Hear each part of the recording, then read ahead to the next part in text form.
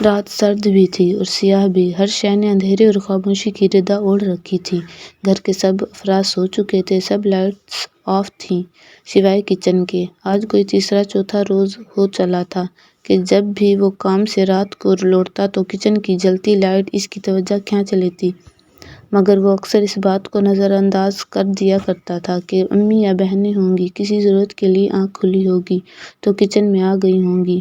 وہ یہ سوچ کر ہمیشہ اپنے قدم کمرے کی طرف بڑھا دیا کرتا تھا، مگر آج وہ ایسا نہ کر سکا۔ اسی پل ہلکا سا قہقہ اس کی سماعتوں کے آر پار ہوا اور قدموں کو منجمد کر گیا، اور پھر دھیان ہی بے اختیار قدم بھی اسی جانب اٹھ گئے جہاں قہقہے سنائی دے رہے تھے۔ خود کو اندھیرے میں چھپائے ہوئے اس نے کچن کی جالی والی کھڑکی کے اندر جھانکا اور پھر ساکت رہ گیا۔ یہ اس وقت یہاں، مگر کیوں؟ اور پھر حیرانی کو اندھیرے کی سیاہ چادر نے ڈھانپ لیا۔ ناشتے کی میز پر عافیہ اور نائلہ خسر پھسر میں مصروف تھیں۔ سعدیہ بار بار بیٹیوں کی اس خسر پھسر پہ، جس میں ہلکی ہلکی کھی کھی کی آواز بھی بے قابو ہونے لگی تھی، ٹوک رہی تھی۔ دونوں سے ناشتے میں بھی خاموشی سے نہیں ہوتا۔ اس ڈانٹ پہ تھوڑی دیر کے لیے کھی کھی کنٹرول میں کی جاتی، پھر 2 منٹ کے بعد دوبارہ بے قابو ہو جاتی۔ کیا کروں میں تم لڑکیوں کا؟ باتیں ہیں کہ ختم ہونے کا نام نہیں لے رہی۔ سعدیہ نے دونوں کو ڈانٹتے ہوئے گھورا اور ساتھ ہی احد کو ناشتے کے لیے آواز لگائی۔ آ رہا ہوں امی۔ بیٹا ناشتہ ٹھنڈا ہو رہا ہے، کام پر نہیں جانا کیا آج؟ احد کے سامنے خستہ پراٹھے انڈوں کا آملیٹ رکھتے ہوئے وہ کچھ الجھی سی بولی۔ کیا ہوا امی؟ کچھ پریشان لگ رہی ہیں۔ احد ماں کے تاثرات نظر انداز نہ کر سکا تھا۔ بس ان لڑکیوں کی غیر ذمہ داری۔ ابھی وہ عافیہ اور نائلہ کو گھورتے ہوئے مزید کچھ کہتی کہ دونوں نے بیک وقت ان کا فقرہ مکمل نہ کرنے دیا۔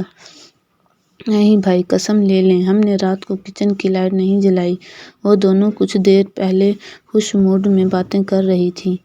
ماں کی شکایت، وہ بھی کماؤ پوت کے سامنے، تو اپنا دفاع کیے بنا نہ رہ سکیں۔ امی تو ہر وقت ہمارے پیچھے ہی پڑی رہتی ہیں۔ ان دونوں کا موڈ اچھا خاصا خراب ہو گیا، جس کا اظہار وہ خفا خفا چہروں سے کرنے لگی تھیں۔ چھوڑ میں امی، جب وہ کہہ رہی ہیں تو احد بھی بہنوں کی حمایت میں بول اٹھا، تو سعدیہ نے بیٹے کو قدرے خفا نگاہوں سے دیکھا، ایسی نظروں سے جیسے کہہ رہی ہوں بگاڑو جی بھر کے اپنے لاڈلیوں کو۔ احد گھر کا اکلوتا بیٹا تھا اور سب سے بڑا بھی۔ باپ کی بیماری کی وجہ سے گھر کی ساری ذمہ داری اس پہ آ گئی، جو ابھی خود زیر تعلیم تھا۔ خواہش تو اس کی بھی یہی تھی کہ اعلیٰ تعلیم حاصل کرے گا۔ بہت سے خوبصورت خواب مستقبل کے بارے میں اس نے دیکھ رکھے تھے، بہت سے پلان بنا رکھے تھے، مگر اچانک سب الٹ پلٹ ہو گیا۔ وہ چاہتا تو اس مشکل وقت میں خود غرض بن کر اپنے حوالے سے سوچ سکتا تھا، ماں بہنوں کو بوجھ سمجھ سکتا تھا، باپ کی بیماری سے اکتا سکتا تھا، مگر اس نے ایسا نہیں کیا۔ تعلیم کو خیرآباد کہہ کر اس نے ایک ہوٹل میں جاب کر لی، اپنے گھر کا کفیل بن گیا، اپنی بہنوں کی خواہش اور مستقبل کا محافظ۔ گزارا کسی حد تک اچھے طریقے سے ہونے لگا، مگر حالات ایک دم پلٹا کھانے سعدیہ کو بہت محتاط بنا دیا۔ وہ جو کما کر لاتا، سعدیہ اس کو سینت سینت کر استعمال کرتی اور دونوں بیٹیوں کو بھی ہر معاملے میں ہاتھ کھینچ کر خرچ کرنے کو کہا کرتی۔ ذرا سی فضول خرچی پہ ان کی اچھی خاصی کلاس لیتی تھیں۔ مزید احتیاط کا عالم یہ کہ گھر کا کوئی پنکھا یا لائٹ بھی بلا ضرورت استعمال ہوتا تو اس پر عافیہ اور نائلہ کی اچھی خاصی شامت آ جاتی۔ پچھلے کچھ روز سے یہی ہو رہا تھا۔ رات کو کچن کی لائٹ جلائی جاتی اور پھر جلانے والا بند کرنا بھول جاتا۔ صبح سویرے جب سعدیہ نماز کے لیے اٹھتی تو پہلا کام یہی کرتی اور سارا دن غصے میں بڑبڑاتی رہتی، مفت کی بجلی ہے، بل دینا پڑتا ہے، مگر تم لڑکیوں کو تو جیسے احساس ہی نہیں۔ عافیہ اور نائلہ اپنی صفائیاں پیش کرتی رہ جاتی۔ یہ حرکت انہوں نے نہیں کی امی، کبھی کسی اور کے بھی کان کھینچ لیا کریں، آپ تو صرف میری بہنیں ہی نظر آتی ہیں۔ ناشتہ ختم کرتے ہوئے احد نے اشارتاً گھر میں موجود ایک اور فرد کا ذکر کیا ہی تھا کہ وہ آ گئی۔ کالج کے صاف ستھرے استری پوشیدہ یونیفارم میں اس کا نازک مخملی سا سراپا کسی حسین سانچے میں ڈھلا نظر آ رہا تھا۔ چھوٹی سی تنگ قمیض فیشن کے عین مطابق تھی اور ساتھ میں گھیردار شلوار اور خوب بڑا سا دوپٹہ لے کر خود کو چھپانے کی کوشش کی گئی تھی۔ کاجل کی دھار پپوٹوں پہ پلکوں کی جھالر کے بالکل قریب، نفاست سے لگا لائنر جو اس کی بڑی بڑی آنکھوں کو مزید خوبصورت بنا رہا تھا، بھرے بھرے گراس لبوں پر نیچرل کلر کا لپ گلوز۔ یہ تم کہاں جا رہی ہو اتنی تیار ہو کر؟ احد اس کی تیاری کو نظر انداز نہ کر پایا تو کڑے تیوروں سے سوال کیا تھا۔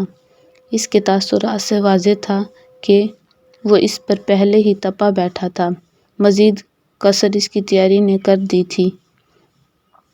کالج سعدیہ کی موجودگی کی وجہ سے جواب شیریں انداز میں دیا گیا، جبکہ بڑی بڑی آنکھوں میں احد کے لیے غصہ بھی تھا اور حقارت بھی۔ یہ کالج کون اتنا بن ٹھن کر جاتا ہے؟ عافیہ اور نائلہ کو تو میں نے کبھی اتنا تیار ہو کر جاتے نہیں دیکھا۔ احد طنزیہ نگاہوں سے اسے دیکھتے ہوئے بولا۔ سعدیہ نے بیٹے کو ملامتی نگاہوں سے گھورا، ساتھ ہی بیٹیوں کو ناشتے کے برتن سمیٹنے کا حکم دیا، جو بہت دلچسپی سے اس نوک جھونک کا مزہ لے رہی تھیں۔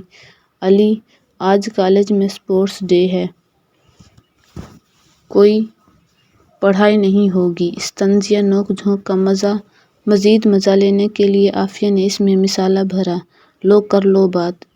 سر جھٹکتے ہوئے احمد نے ایک طنزیہ نگاہ علیزہ کے میک اپ زدہ چہرے پر ڈالی تو علیزہ سراپا سلگ کر رہ گئی۔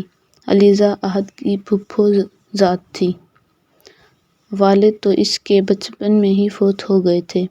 ماں نے اچھے کالج میں داخلہ کے لیے لاہور اپنے بھائی کے پاس بھجوا دیا تاکہ بیٹی گریجویشن کر لے تو کم از کم کسی جگہ نوکری کر کے ان کا سہارا تو بن سکے گی، مگر یہ سب ان کے دل میں ہی رہ گیا۔ بیٹی کو بھائی کے گھر بھیجنے کے بعد وہ خود ملک کے عدم روانہ ہو گئی تو ان گھٹن حالات میں ماموں کے خون نے جوش مارا، بھابھی کو اپنے پاس ہی رکھ لیا۔